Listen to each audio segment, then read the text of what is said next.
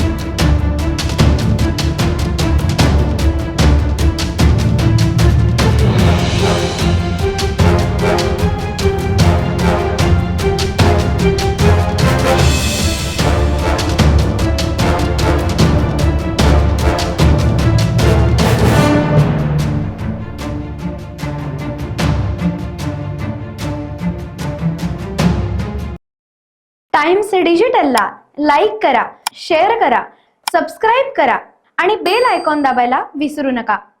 Times digital.